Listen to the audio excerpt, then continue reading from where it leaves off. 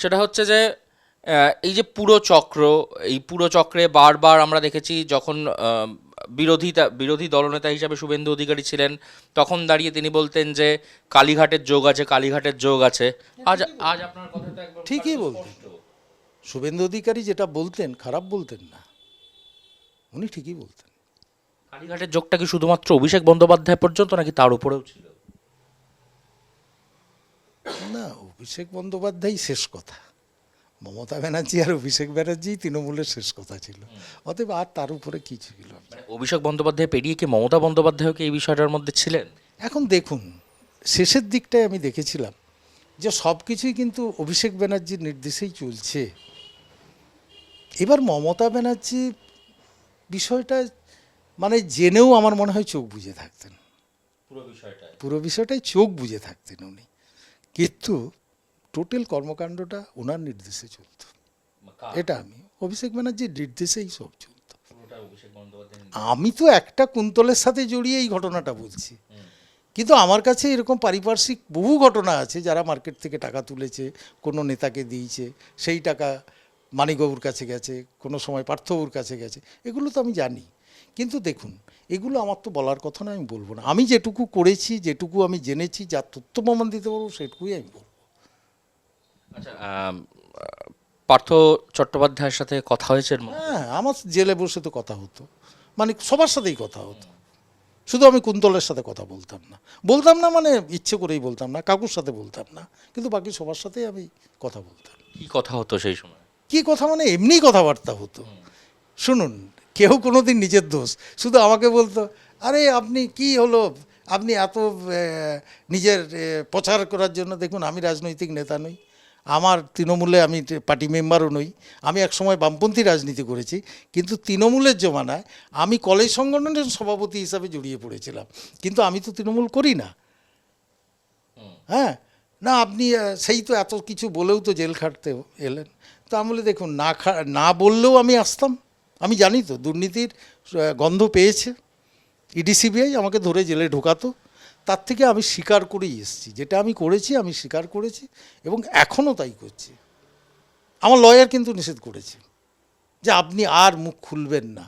আমি বলবো আমাকে যদি আবার যেতে হয় আমি তাও যাব, কিন্তু আমি সত্যের অপলাপ করব না, যেটা সত্যি আমি সত্যিই বলবো। কালীঘাটের কাকু অর্থাৎ আহ, জীবন সুজয় কৃষ্ণ ভদ্র, তার সাথে জেলে কথাবার্তা কিছু হয়েছিল? আমি কথা বলতাম না, উনিও একটু অ্যাভয়েড করতেন, মানে যেহেতু আমি নামটা করেছিলাম তো একটু রেগে, মানে আমাকে দেখলেই যেন একটু রাগত ভাব এরকম আর কি। না, আমি কথা বলতাম না। উনিও তো এখন জামিনে রয়েছে। হ্যাঁ, উনিও জামিনে রয়েছেন, কুন্তলও জামিনে রয়েছে, পার্থ চট্টোপাধ্যায় পার্থ, সবাই জামিন। কে আছে কে ভিতরে? প্রসন্ন রায় ছিল, সেও তো জামিন পেয়ে গেছে, আর তো কেউ আছে বলে মনে হয় না। গোপাল দলপতিদের সাথে আপনার কোনো যোগাযোগ ছিল? গোপাল দলপতি আমার লোক ছিল, আমার লোক।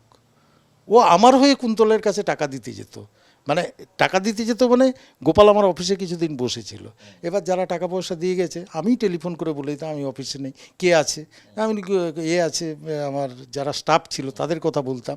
তা বলছে হচ্ছে গোপালবাবু বলে একজন আছে, আমি বলি ঠিক আছে আমি ওকে বলে দিচ্ছি, এবং গোপালকে বলে দিতাম, আমি বলি ঠিক আছে ওর টাকাটা তুমি রিসিভ করে নাও। এবার টাকা আমি কোনো দিনই ঘরে আনতাম না বা আমি ছুতামও না, টাকাটা কিন্তু সরাসরি কুন্তলের কাছে যেত। এই গোপাল 2-3 বার কুন্তলের কাছে টাকা দিয়ে এসছে, এবার সেই গোপালের নাম কুন্তল কী করে নিয়ে এলো আমি জানি না। গোপাল আমার ক্যান্ডিডেটদের টাকা বয়ে দিয়ে এসেছে কুন্তলের ঘরে, আর কুন্তল সেখানে গোপালকে অভিযুক্ত করতে চাইছে। মানে গোপাল দলপতি কি তিনি তাহলে কি নির্দোষ? নির্দোষ কোথায়, সে তো আমারই রিপ্রেজেন্টেটিভ হিসেবে ওর কাছে টাকা দিয়ে দিতে গেছে।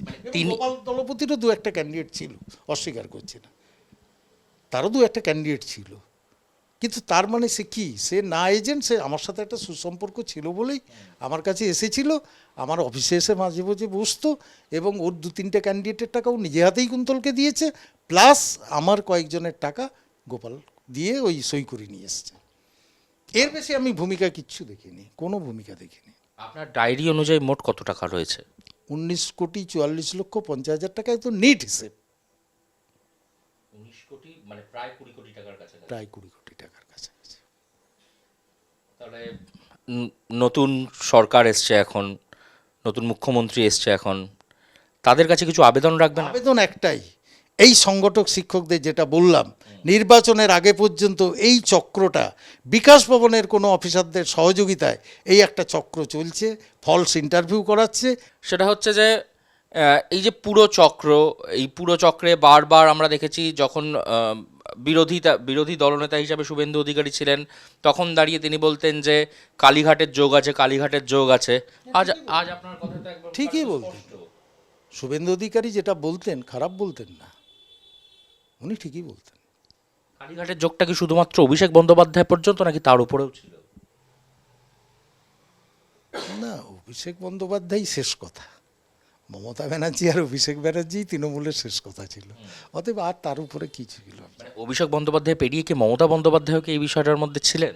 এখন দেখুন, শেষের দিকটায় আমি দেখেছিলাম যে সব কিছুই কিন্তু অভিষেক ব্যানার্জির নির্দেশেই চলছে।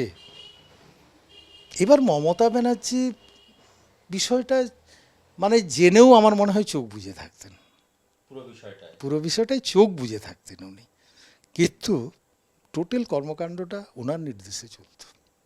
এটা আমি অভিষেক ব্যানার্জির নির্দেশেই সব চলত। আমি তো একটা কুন্তলের সাথে জড়িয়ে এই ঘটনাটা বলছি, কিন্তু আমার কাছে এরকম পারিপার্শ্বিক বহু ঘটনা আছে, যারা মার্কেট থেকে টাকা তুলেছে, কোনো নেতাকে দিয়েছে, সেই টাকা মানিকবাবুর কাছে গেছে, কোনো সময় পার্থবাবুর কাছে গেছে, এগুলো তো আমি জানি। কিন্তু দেখুন, এগুলো আমার তো বলার কথা না, আমি বলবো না। আমি যেটুকু করেছি, যেটুকু আমি জেনেছি, যা তথ্য প্রমাণ দিতে পারবো সেটুকুই আমি বলবো।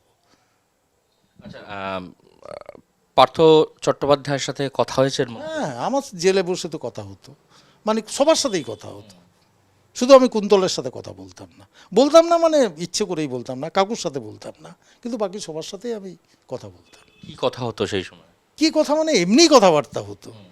শুনুন, কেউ কোনোদিন নিজের দোষ শুধু আমাকে বলতো, আরে আপনি কি হলো, আপনি এত নিজের প্রচার করার জন্য, দেখুন আমি রাজনৈতিক নেতা নই, আমার তৃণমূলে আমি পার্টি মেম্বারও নই, আমি একসময় বামপন্থী রাজনীতি করেছি, কিন্তু তৃণমূলের জমানায় আমি কলেজ সংগঠনের সভাপতি হিসাবে জড়িয়ে পড়েছিলাম, কিন্তু আমি তো তৃণমূল করি না। হ্যাঁ, না আপনি সেই তো এত কিছু বলেও তো জেল খাটতে এলেন। তো আমি বলি, দেখুন না বললেও আমি আসতাম, আমি জানি তো দুর্নীতির গন্ধ পেয়েছে ইডি সিবিআই, আমাকে ধরে জেলে ঢোকাতো, তার থেকে আমি স্বীকার করেই এসেছি, যেটা আমি করেছি আমি স্বীকার করেছি এবং এখনও তাই করছি। আমার লয়ার কিন্তু নিষেধ করেছে যে আপনি আর মুখ খুলবেন না। আমি বলবো, আমাকে যদি আবার যেতে হয় আমি তাও যাব, কিন্তু আমি সত্যের অপলাপ করব না, যেটা সত্যি আমি সত্যিই বলবো। কালীঘাটের কাকু অর্থাৎ জীবন সুজয় কৃষ্ণ ভদ্র, তার সাথে জেলে কথাবার্তা কিছু হয়েছিল? আমি কথা বলতাম না, উনিও একটু অ্যাভয়েড করতেন, মানে যেহেতু আমি নামটা করেছিলাম তো একটু রেগে, মানে আমাকে দেখলেই যেন একটু রাগত ভাব, এরকম আর কি। না, আমি কথা বলতাম না।